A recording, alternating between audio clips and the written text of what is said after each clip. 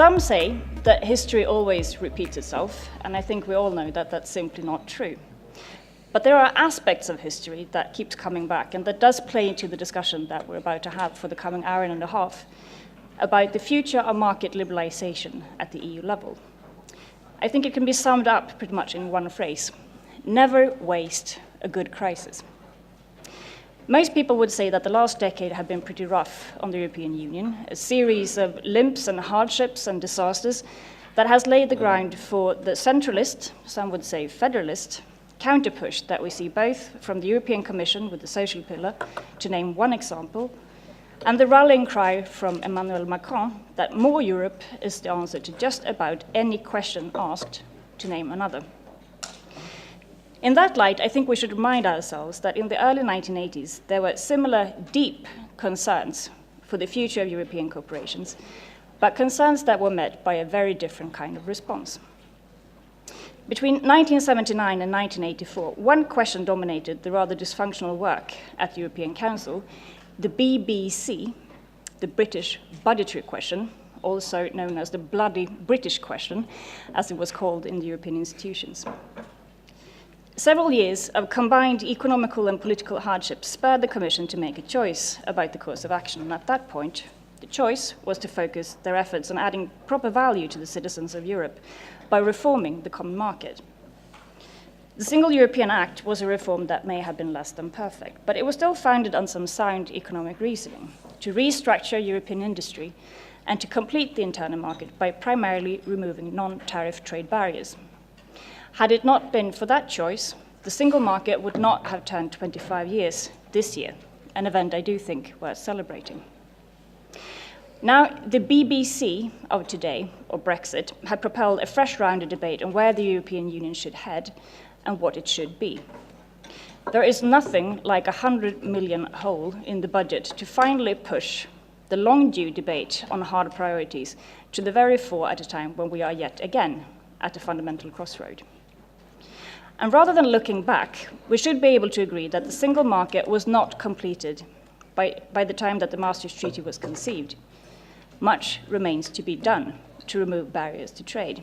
And it lies both in the interest of those of us who remain and for the British who have decided to leave that economic freedom is expanded and that we can all benefit from the growth.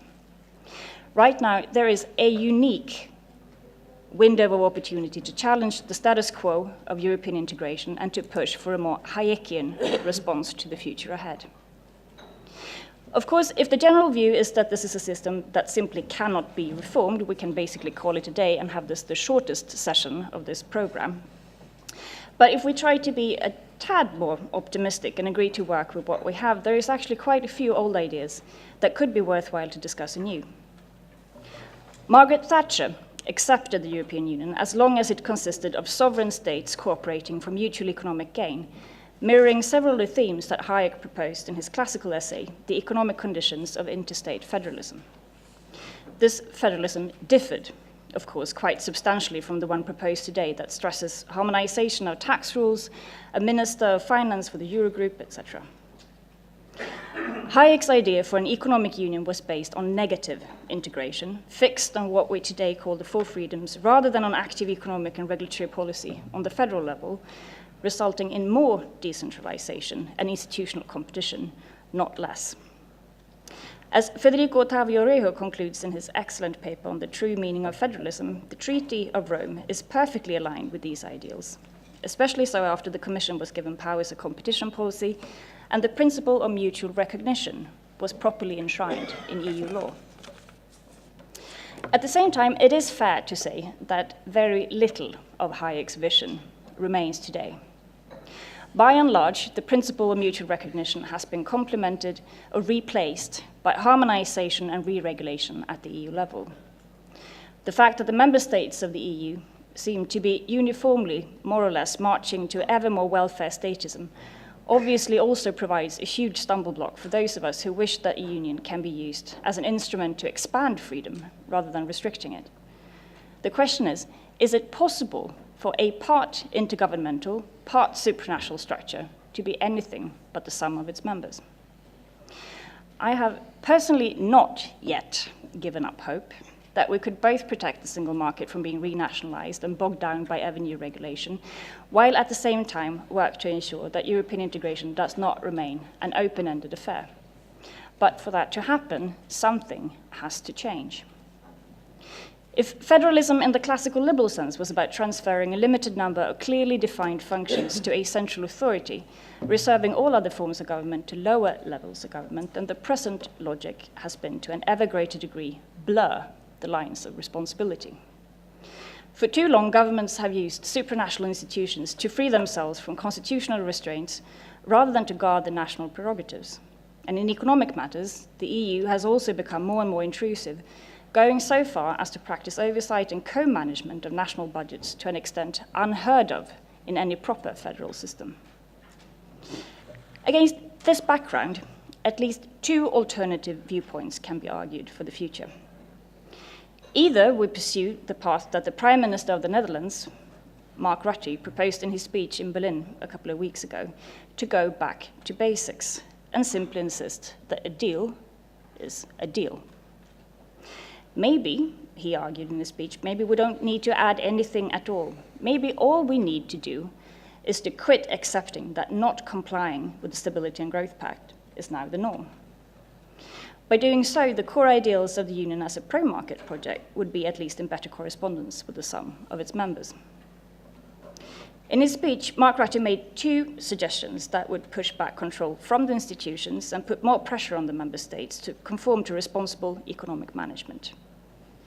First of all, the PM suggested that European Stability Mechanism would be converted into an intergovernmental European Monetary Fund, providing an early warning system that ensures that everyone has to prove that they have done everything in their might to keep their own house in order before asking others for help or bailouts.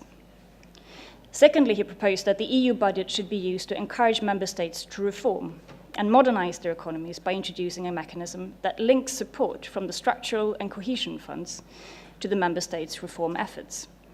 He didn't say it outright, but it sounded a lot to me like those reform efforts were meant to be fiscally conservative and, in essence, pro-market. That way, we would not need a separate Eurozone budget, and we would not need to throw ourselves into a new constitutional debate, but rather to stick to just honoring commitments and promises already made. We would not, as he put it, lift national failures to the collective level, creating a giant with feet of clay, but rather using European cooperation to reinforce sound principles and focusing, as in 1984, on where the EU actually adds value. Brussels serves the member countries, not the other way around.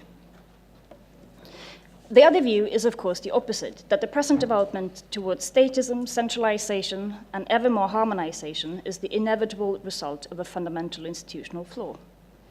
There simply aren't enough checks and balances to prevent EU institutions from continuously expanding their authority in a manner that both hurt the democratic principle of subsidiarity, but also in a way that slowly stifles the greatest achievement next to peace, which is the single market.